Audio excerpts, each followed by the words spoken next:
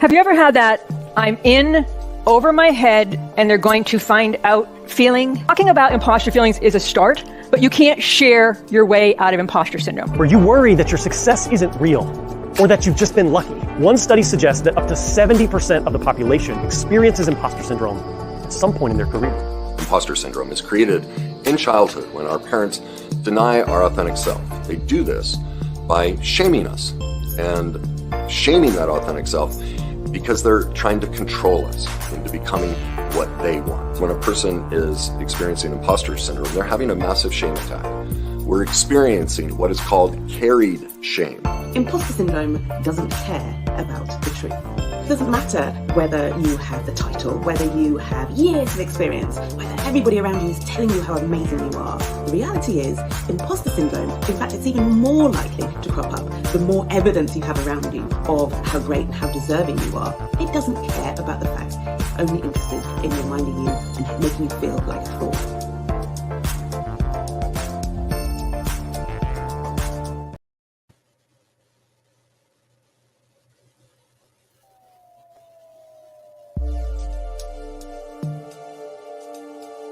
Today is the 13th of June and we have another amazing speaker.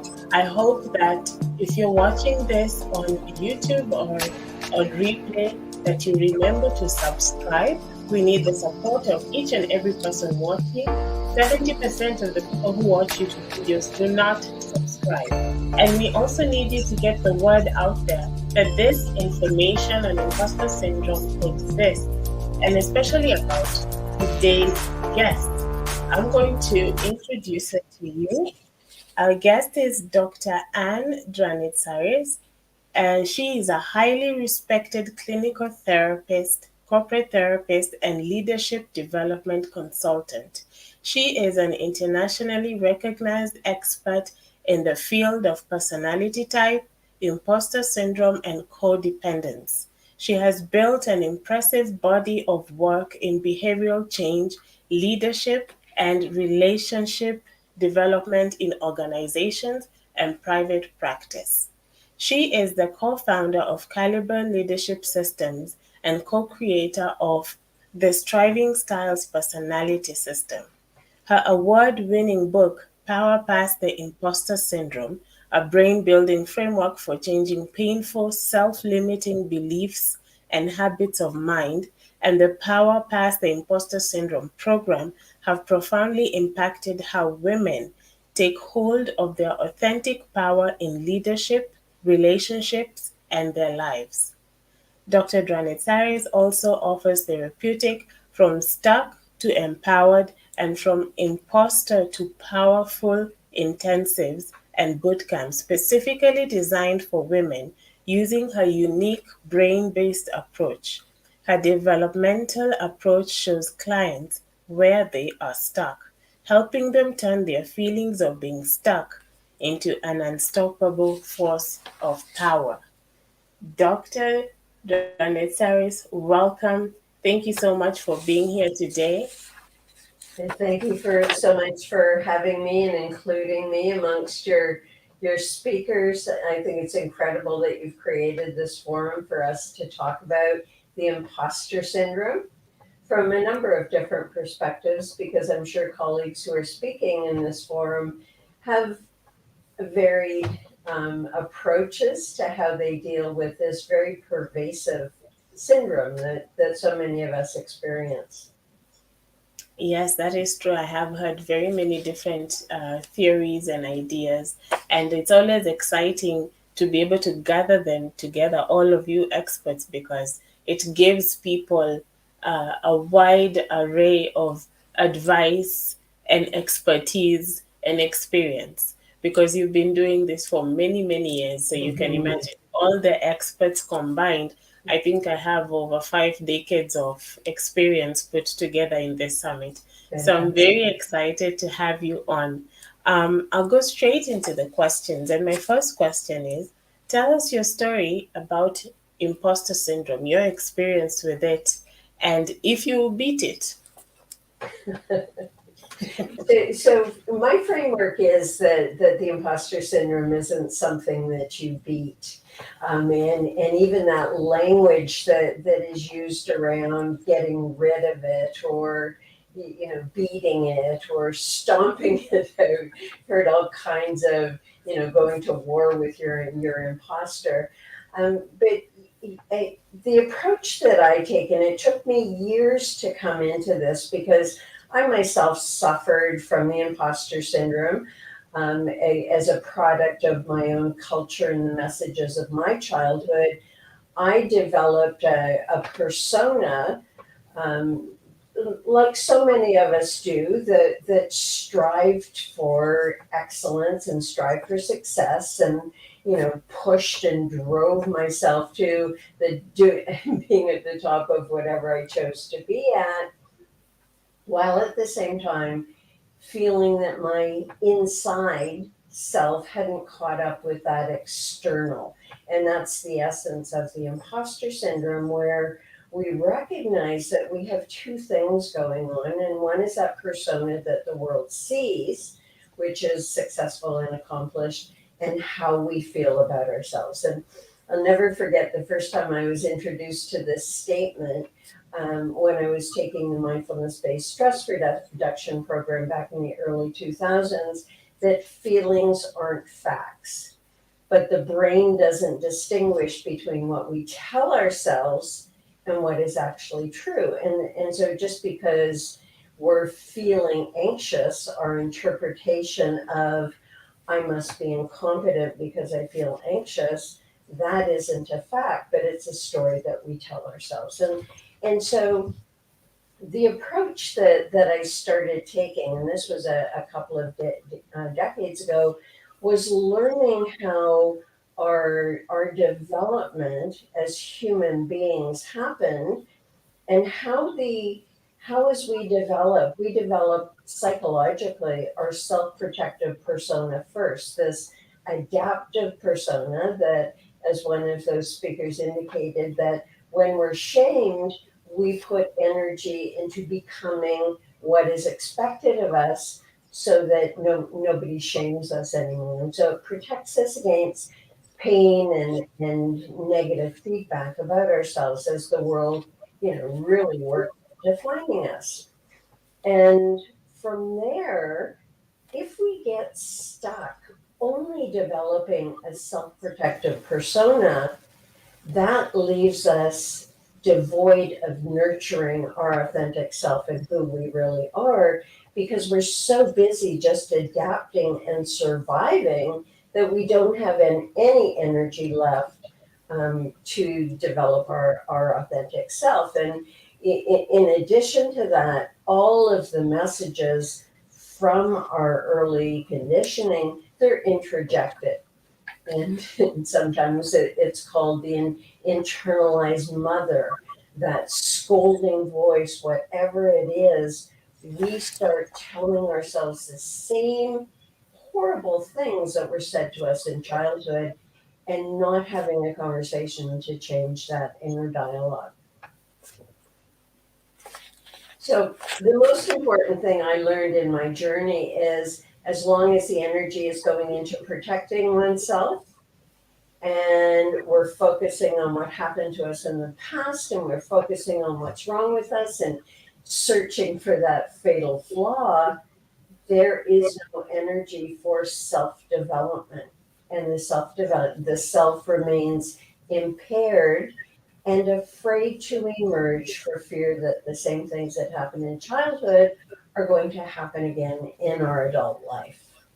So I developed up a system for looking at that duality that all of us human beings have and experience, that imposter persona and the authentic self, and where's our energy going. And any time we want, we can pick up on our development. The brain is plastic, but we're stuck, and we can be stuck at 8 years old, we can be stuck at 15, using the same self-protective strategies that we used back then that worked for us to survive. But we're only surviving in our lives, and we're not really thriving. I love that you clearly identified yourself in not living in your authentic self. But the question is it possible that you were possibly in a self search journey where you are able to see, oh, there's something wrong here? And if someone is just, just walking down the street, how do they know that they are living their authentic self versus living in the persona if they've never heard of imposter syndrome? They've never heard of your program. Well, how can someone recognize it in themselves if they're watching this video and they're thinking, is that me? What is your advice on how they can recognize? Well, the first is to really connect up with, am I unhappy? Am I envious of other people? Do I sometimes think, oh, I could be doing that? Is there anything that I'm stopping myself from doing?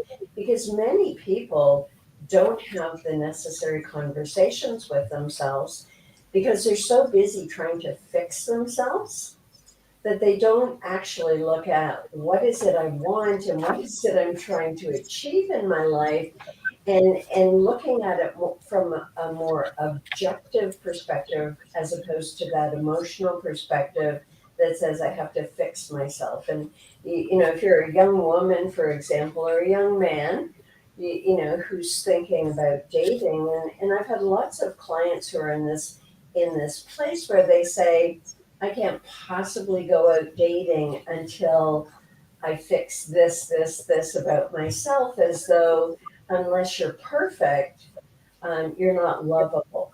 And of course, this is a direct result of feeling in your childhood that love was conditional on you adapting and acting the way your parents wanted you to. But even the very minor, I am unhappy and I won't let myself do anything to change it. And so whether it's a relationship or a job, and people complain and they complain and feel powerless, and essentially with the imposter syndrome goes this feeling of, I have no power to do anything about it.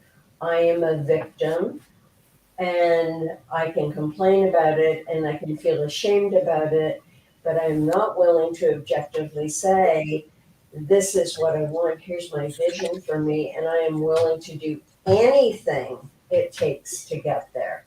And so it does require one to be introspective in some way, to reflect on what are those areas in my life where I'm holding myself back. It's the whole thing about the imposter syndrome is that we're stuck in our development. We're in our comfort zone. And as awful as our comfort zones can be, we're too afraid to step out into that place of uncertainty. It's the devil that we know. It is a comfort zone issue because the alternative would be to work on yourself, and that can be very scary for many people. For many In your people, book, it's so true. yeah, in your book, Power Past the Imposter Syndrome, you mentioned that our imposter syndrome personas are there to protect us. Please explain this. So when I talk about this self-protective system of the brain, it develops first unconsciously. These processes happen, and it is there to keep us psychologically safe. That is the agenda of the self-protective system of the brain. It ensures that we don't put ourselves in harm's way. It tells us this person isn't safe. It's the system that sends out those intuitions of, I don't know if I want to go with this person. I'm getting the hair on the back of my neck is standing on edge because it wants to protect us. And of course, the fight, flight, freeze reaction is associated with the self-protective system of the brain, and it operates outside of conscious awareness. We don't tell it to turn on, but if it perceives a threat, it will turn on automatically. And when our caretakers in childhood become a threat, the very best that we can do, of course, is survive our childhood. And we don't know that we're doing it. It's that face that we put on when we meet authority. It's how we act when we want someone to like us. I remember messages from my mother that says, make sure you say please and thank you when you go to somebody's house. Otherwise, they won't have you back, as though me just being me wasn't enough. I had to be polite, otherwise they would reject me. And so messages like that get into us, and we go through life with more of that external focus, looking at the outside and seeing if people in the world approve of us. And we get really attached to the approval of others, as opposed to looking in and saying, do I approve of myself? What is it that I want? What is it I need? What are my appetites?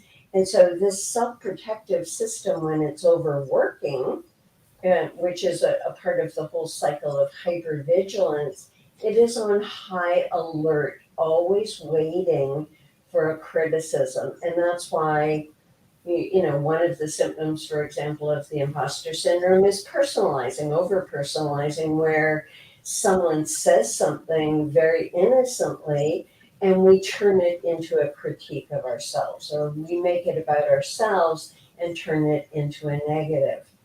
And this allows us to stay small and safe and not say anything, and see other people in the world as more powerful and with more authority than we have.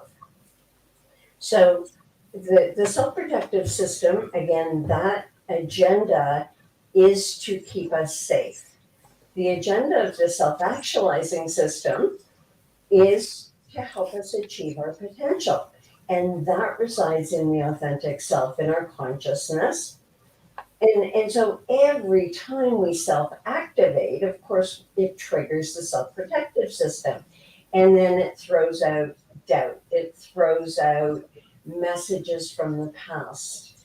And in essence, it will stop us. And when the agenda of the self-protective system is stronger than our ambition, we stay small, silent, and unhappy, feeling powerless, and often blaming others for not allowing us to become who we're meant to be. In the book, you also mention relationships. How does imposter syndrome affect how a person chooses a romantic partner? Well, I write about this when I write about codependence as well, because it's the same developmental delay. We're relational beings, and our brain and nervous system are wired with patterns of relationship from our childhood. And of course, those patterns of behavior come out in relationships, and we tend to unconsciously choose people who are like our mothers or fathers, because we know how to do a relationship with that type of person. We know how to survive in that relationship if we suffer from the imposter syndrome.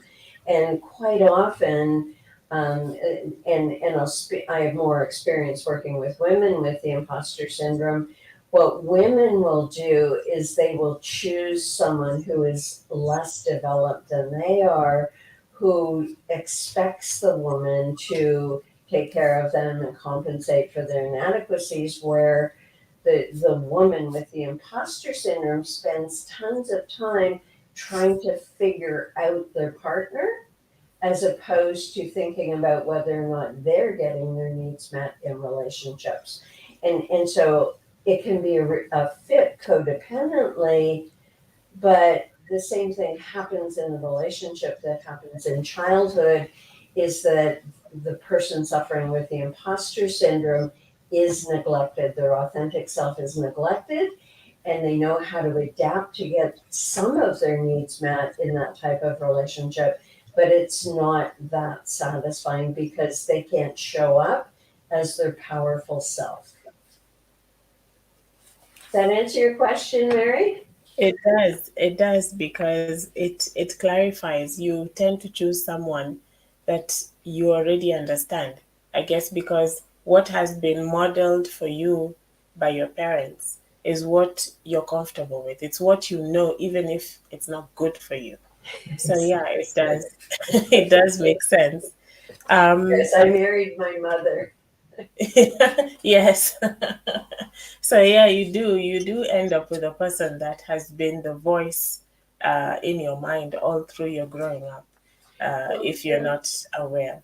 you know, That's and Freud in his early writings, he talked about this as the compulsion to repeat, because we're all on a developmental trajectory and we choose people where we can pick up where our development left off in childhood.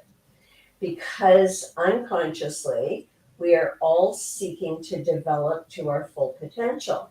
And we can get stuck with our partners in the same way we got stuck in childhood if we don't recognize that it's our behavior that needs to change, not our partners. yeah. We have a question from a viewer and participant named Brenda Griffey. She asks, is imposter syndrome the same as what we older people have always referred to as insecurity?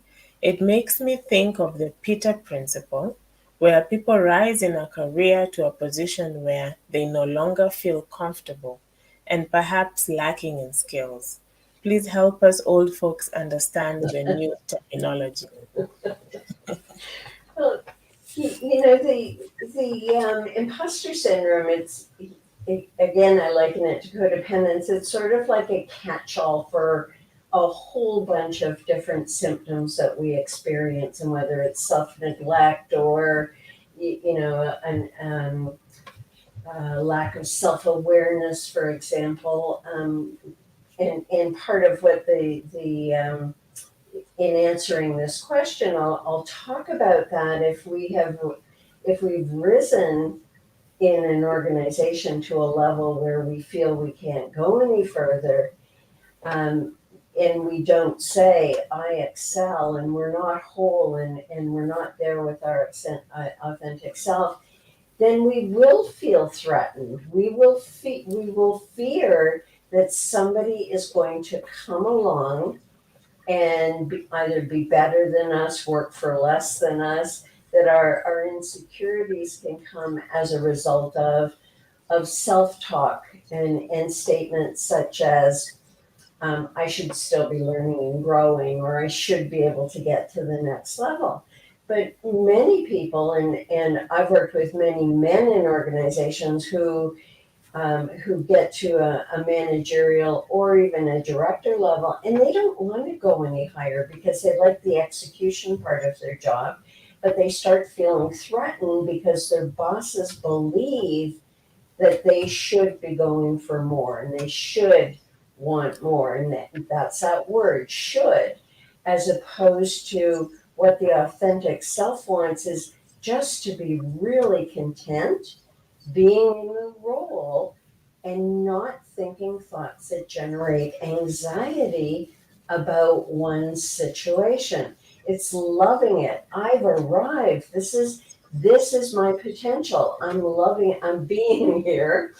And maybe I can develop a little more, or I can develop some competencies or skills should I choose to. But I can, we're all capable of creating anxiety. And this is what I talk about in my new book that I'll be releasing in a couple of months. It's called the Be Powerful Toolkit, where we have to teach ourselves that if we let our brain run wild, it will make mischief. It will tell us lies, it will tell us stories, and it will create anxiety.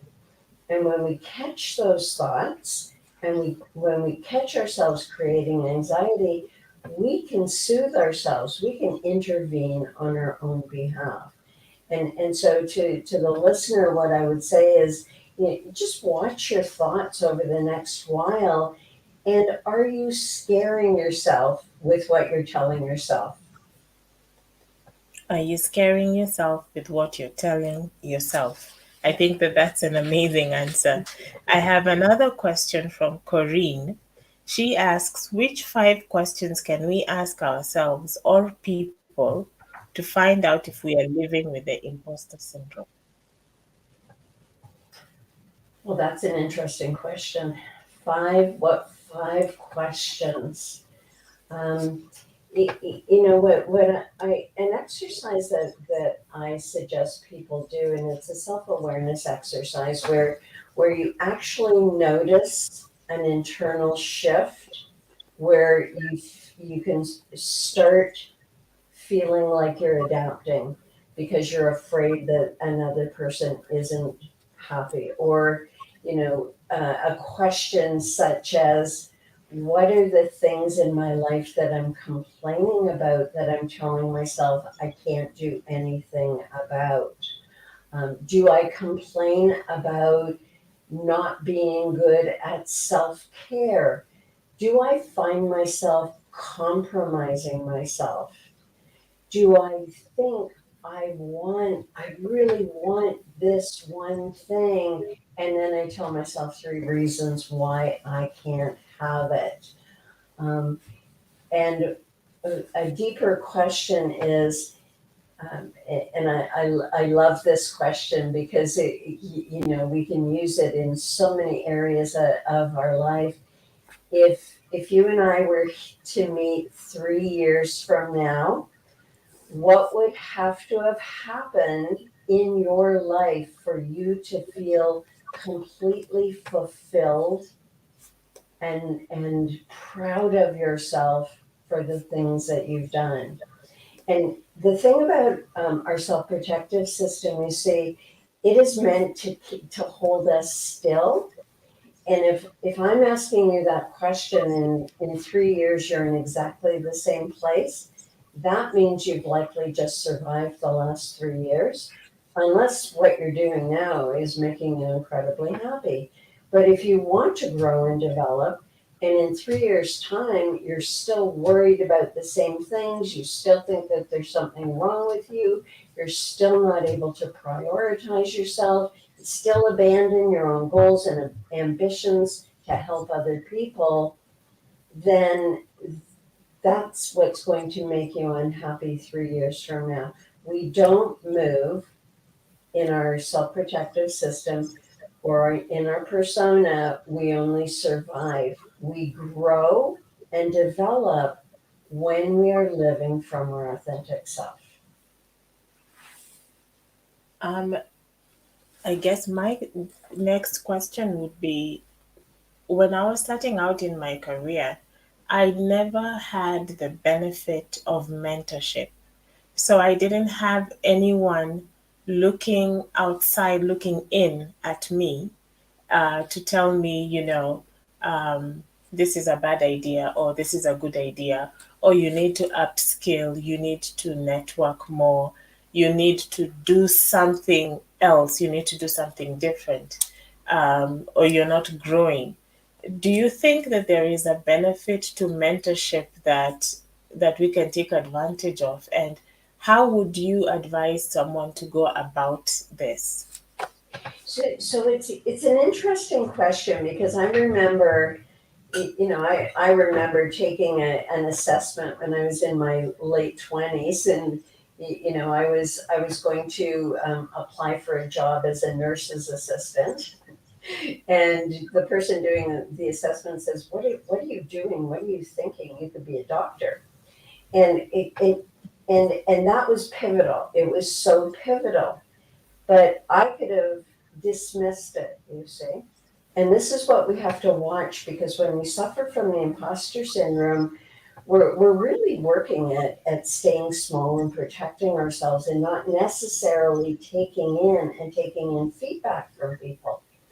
But we have to feel our own appetite for development.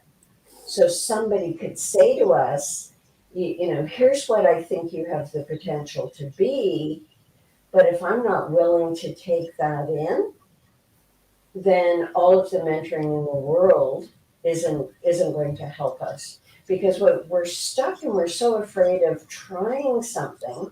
I'll give you another example from my experiences. I was so afraid of looking incompetent that what I would do is, before I was taking a course or learning something, I would read all about it beforehand so that I wouldn't look stupid when I showed up in the class. But I was supposed to be in the class to learn. And so it's part of that persona. I have to present a perfect persona to the world. And so what people have to do is assess their own readiness for getting a coach or a mentor, and really feeling their appetite for their own development, and not thinking these thoughts that come up of, if I need development, if I need coaching, if I need therapy, it means there's something wrong with me.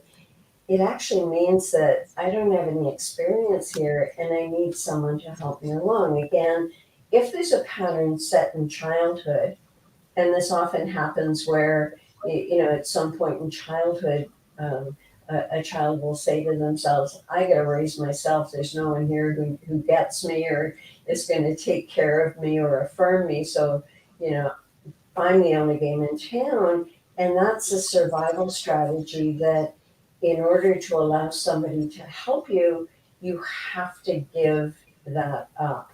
And that's a tough one for people with the imposter syndrome, to give up this idea that they are all alone slaying dragons by themselves.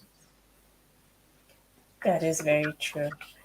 You work with leaders in caliber leadership systems, and on your website, I read something very interesting. Most leaders are just surviving the experience. So, what role does imposter syndrome play in poor leadership? It plays a great role, because most leaders lead from their persona. They're trying to be a good leader. They're trying to be a great guy. They're trying to be a strong boss. But whatever it is they are trying to be. But an amazing statistic is that most managers have been in a job managing people, and they haven't had any training until about 9 years in. And so, of course, in 9 years, you can develop a whole lot of bad behaviors. And in our climate these days, in the work environment, the notion that people should know what they're doing, we shouldn't have to tell them what to do, we should, that famous word should, we should allow them, otherwise they'll give us grief and accuse us of being micromanagers. So leaders have become very permissive, and they're trying to be what employees expect them to be.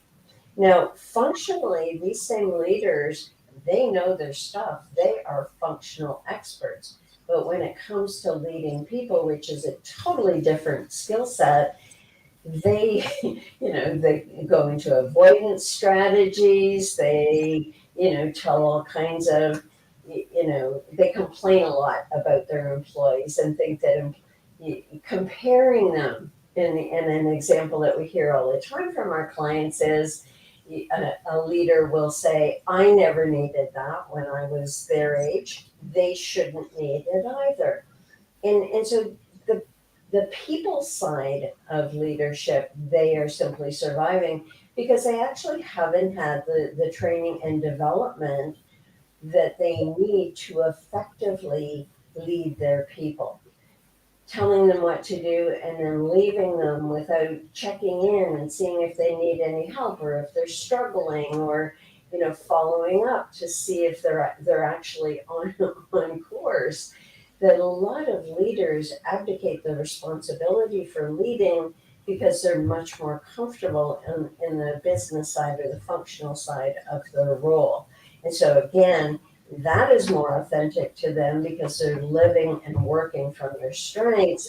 But when they're leading people, oftentimes they don't know what they don't know. And leaders complain a lot without doing anything. It's like they act like they're powerless to do anything about it. So what we do is we teach leaders how to direct performance, how to define performance in in our book, So You Think You Can Lead. It's like a step-by-step. This is how you take employees through the performance development cycle. At every step of the way, what competencies and skills a leader needs to exercise so that it's tangible, it's objective, and it's not an emotional thing. Making sure that your leadership is not an emotional thing. What motivated you to write your book, Power Past the Imposter Syndrome? I wanted to, I was at the time working on a book on codependence, and I was working with a number of leaders, and a lot of them were men who were fessing up to, I think I have the imposter syndrome.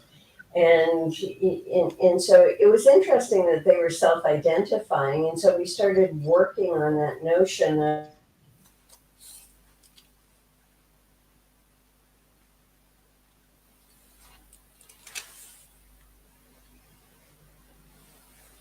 Hello, sorry, Dr. Dranitsaris, it seems we've lost your sound.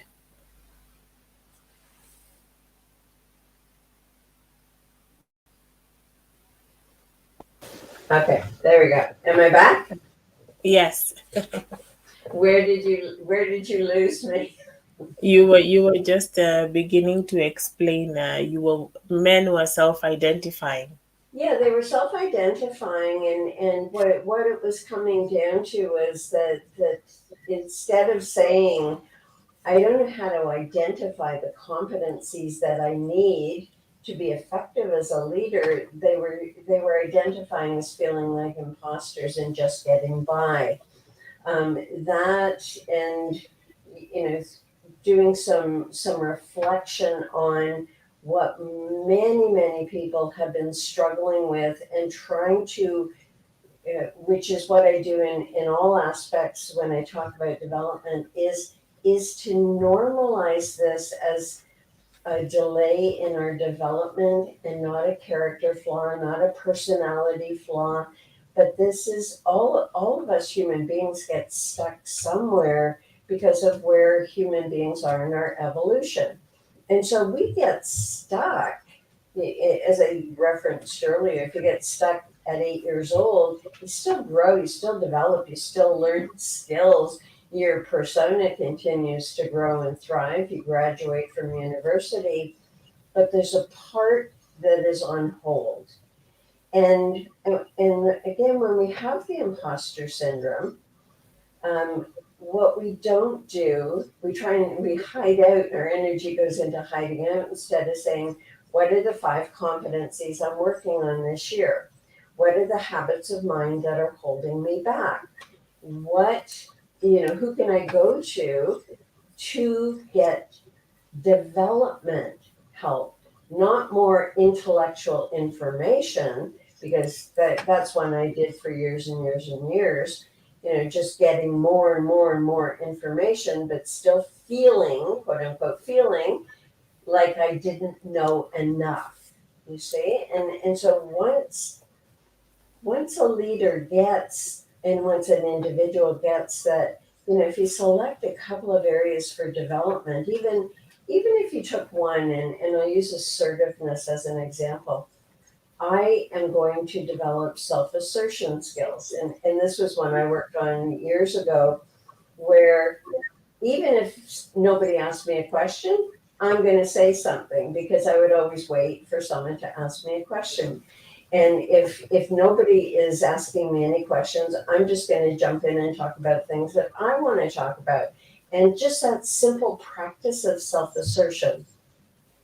And so again, circling back to your question, this has been with me for years, and I decided it's time, and in leadership as well, it's time for leaders to embrace this more as a concept and embrace this more as their need to develop, and how we can help them develop, not by giving them more business leadership skills, but actually doing the whole leadership from within approach, where they develop the person who is leading and not try to be a good leader anymore. I love that you said get developmental help, not just intellectual, because I think that that is something that that's the mistake we make. We keep getting more and more information on Yes. how to be a leader or a boss, or how to do your job better, as opposed to you're working on the inside. Yes. Um, Tell us about your companies and your programs and how people can be able to work with you if they wanted to reach out and work with you. So I'll start with we do a number of things in our organization at Caliber, everything from going into organizations and developing a leadership development program that starts with focusing on that foundational emotional intelligence, self-awareness, getting to know the leader, and then developing up leadership competencies, to one-on-one coaching for executives, leaders, and all the way down through the ranks, doing one-on-one work with them.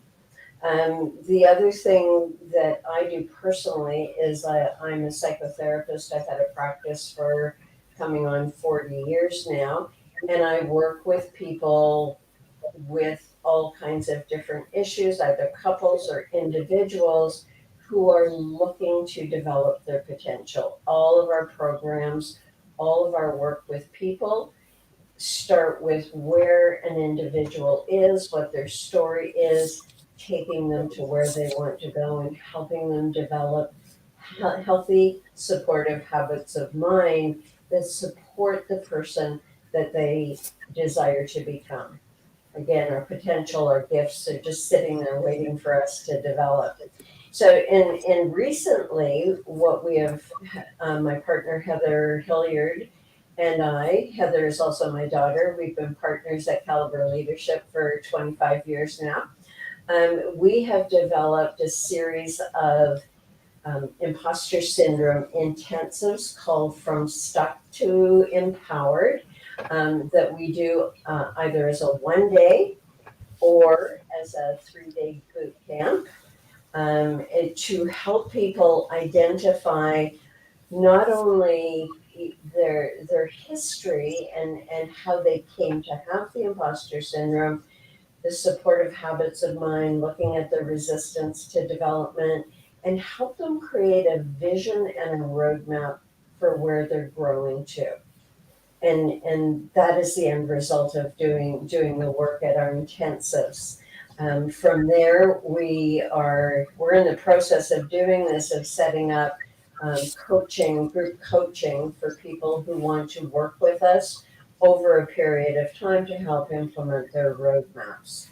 The other thing, I'm a voracious writer, and I've written almost 75 or 80 books on personality type based on the Myers-Briggs type indicator and our own personality system, the Striving Styles personality system, that incorporates the emotional drivers of our behavior and shows us and gives us insight into your personality and what are the self-protective behaviors you are most likely to see based on how your brain is organized, as well as how to strengthen your self-actualizing behaviors based on your personality type. So to everybody watching, you can check out the description for this video. I'm going to have all the links for you to be able to see Dr. Dranitsaris' work. Whether it's her books you're looking for, you're going to find all the links there, as well as in the first comment for this video. So feel free to visit her website, see what she can do for you, how you can work with her and her team. We have a question from yesterday's speaker. His name is Philip Goldberg. He is an author and a spiritual teacher, and he gave us his view on imposter syndrome and spirituality. So that was a very interesting talk yesterday. And his question to you is there a difference between self-doubt and imposter syndrome? And if so, what are the differences? So I see self-doubt as one of the aspects of or one of the symptoms of the imposter syndrome. And for, from more of that developmental perspective, and just quoting Carolyn Meese, Carolyn Meese developed the theory that we have 4 archetypes of survival, and the saboteur is one of the archetypes of survival. And of course, what the saboteur does is whenever we activate, it starts throwing out catastrophic events that are going to happen if we follow a developmental path. It causes us to doubt ourselves. It questions everything. And so the 4 archetypes of survival, of course, they have their function in what Carl Jung and Carolyn Meese call the shadow aspect of the archetype, but they also have the light side, because the saboteur is also the guardian of change. And so if you look at moving in that more spiritual direction using the imposter syndrome, if we find ourselves doubting, then if we come into the light, we start to see how we might change and grow and develop and put our energy into that instead of frightening ourselves with catastrophic and doubt-filled statements to ourselves. And so, there's a spiritual aspect to all of this, but it's very difficult to connect with, our own spirituality or divinity when we are merely surviving. It's hard to, when we're in the imposter syndrome, to think of, what is my divine purpose, and am I on purpose, when we're searching for a fatal flaw in ourselves. That's great. I love that. Self-doubt is a symptom of imposter syndrome. So we have come to the end of our chat. I'm so excited that you have been with us all this time, taken time to be with us. And I have one final question, which is going to come from you. What is your question for tomorrow's speaker? It will be Dr. Valerie Young. She's the founder of the Imposter Syndrome Institute. Yes. I'm sure you know of Dr. Valerie Young. So, Absolutely. what's your question for Dr. Young? Well, my question to Valerie, or to Dr. Young, would be, how does she see the imposter syndrome as a result of a developmental delay, in a place where we are stuck, and that we're focusing, whenever we try and fix symptoms, we're focusing on the wrong thing. Developmental delay, and when we are stuck, we are focusing on the wrong thing. Yes. All right. Well, once again, thank you so much, Dr. Dranitsaris, for today, for the conversation, and for your amazing expertise. I'm sure people have learned so much, and I hope that people will continue to develop themselves. Any final closing comments? What